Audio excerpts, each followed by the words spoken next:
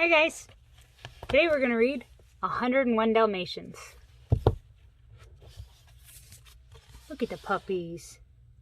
They're so cute.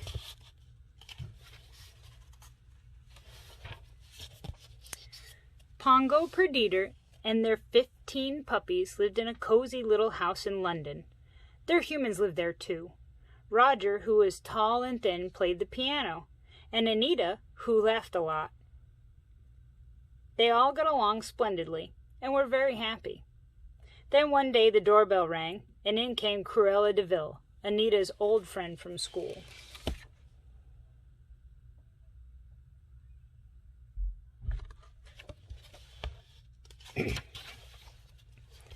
"How marvelous," Cruella said, stroking the puppy's soft fur.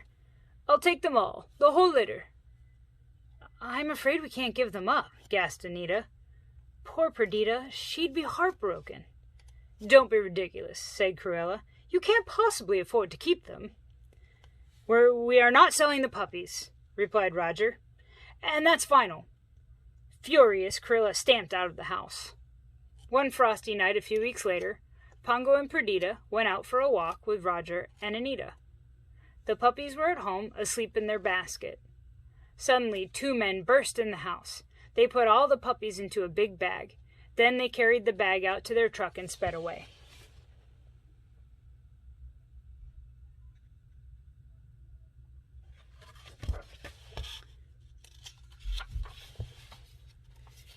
After being in the truck for what seemed like hours, the 15 puppies found themselves in a room filled with many other Dalmatian puppies. On a couch in front of a television set were the two nasty men who had kidnapped them. The other Dalmatians told them that the men worked for Cruella de Vil, who had bought the puppies from pet stores. Back at home, Pongo and Perdita were horrified to find their puppies missing. Pongo heard Roger tell Anita he suspected Cruella de Vil had stolen the puppies. "Purdy, I'm afraid it's all up to us," said Pongo. "There's the twilight bark." The twilight bark was a system of long and short barks used by dogs to pass along news.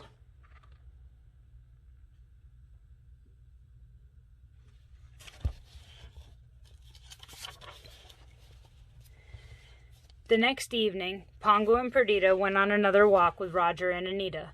While the Dalmatians were out, they barked long and loud. They wanted all the dogs in London to be on the lookout for their puppies. Pongo waited for someone to answer their barks. It was a very cold night, and most dogs were inside. Then Perdita added her bark to Pongo's, and at last they heard a reply. It came from a Great Dane who relayed the message to every other dog within barking range.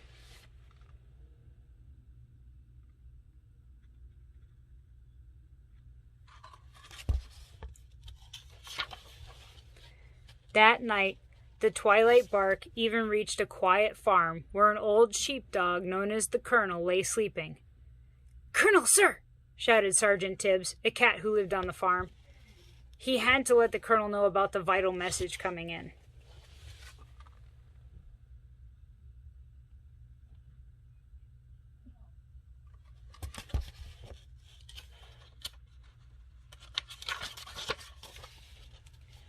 The Colonel lifted one shaggy ear to listen to the faint message.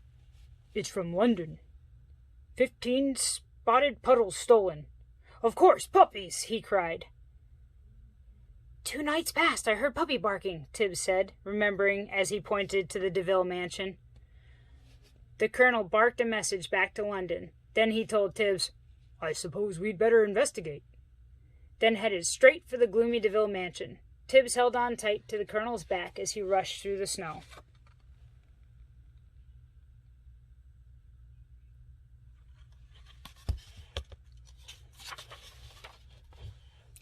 Once they arrived, Tibbs climbed onto the Colonel's shoulders. He peeked through an open window. "Psst! Are you one of the 15 stolen puppies?" he asked a little puppy without a collar. "They're over there," said the puppy. The men heard the noise and went to investigate. Tibbs and the Colonel ran away, but not before promising to get help.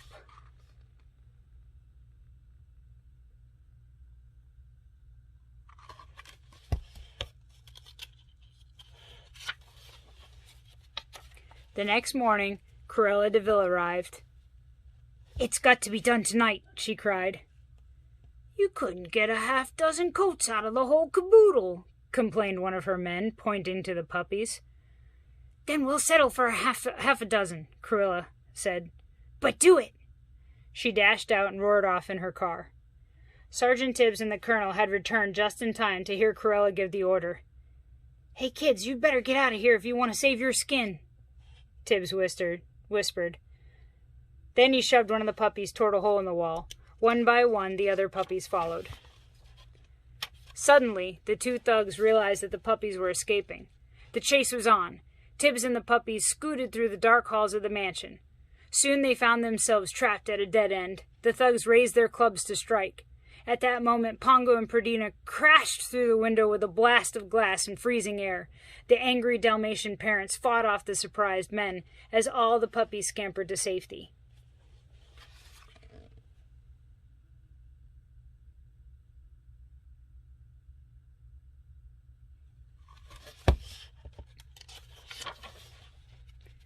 Once the dogs were safely outside, they thanked the colonel and Tibbs and said goodbye. Then they hurried toward London. Pongo and Perdita led the way, their 15 puppies and all the other Dalmatian puppies right behind them. When they reached a frozen stream, they carefully crossed the slippery surface so they wouldn't leave paw prints. Then they resumed the race home. All along their route, the Dalmatians were helped by other dogs. A black Labrador retriever arranged for them to ride to London in a moving van. The Dalmatians waited in a shed while the van was being fixed. Suddenly, Cruella's big car pulled up outside. Somehow, she had followed their tracks. "Pongo," said Perdita, "how will we get to the van?" Pongo noticed lots of ashes in the fireplace. If they all rolled in the soot, they would look just like black Labradors.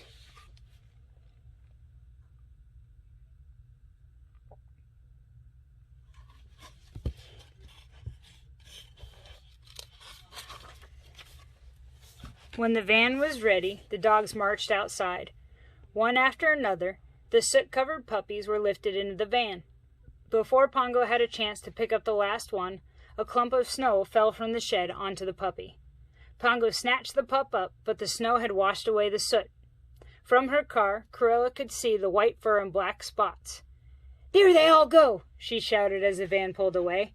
Faster and faster went the van, but Cruella's car drew closer and closer.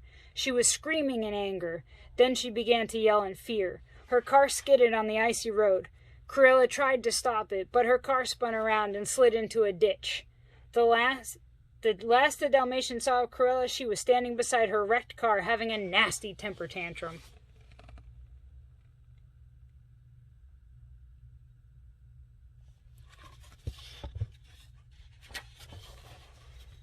When the van reached the cozy little house in London, Roger and Anita were overjoyed, and when they counted the dogs, they discovered that they now had 101 Dalmatians.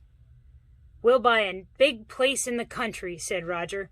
"We'll have a Dalmatian plantation." And they did exactly that. Pongo, Perdita, and all the spotted puppies lived there happily ever after. That's a lot of puppies. I don't think I could handle 101 dogs. Maybe. Bye, guys. Have a good one.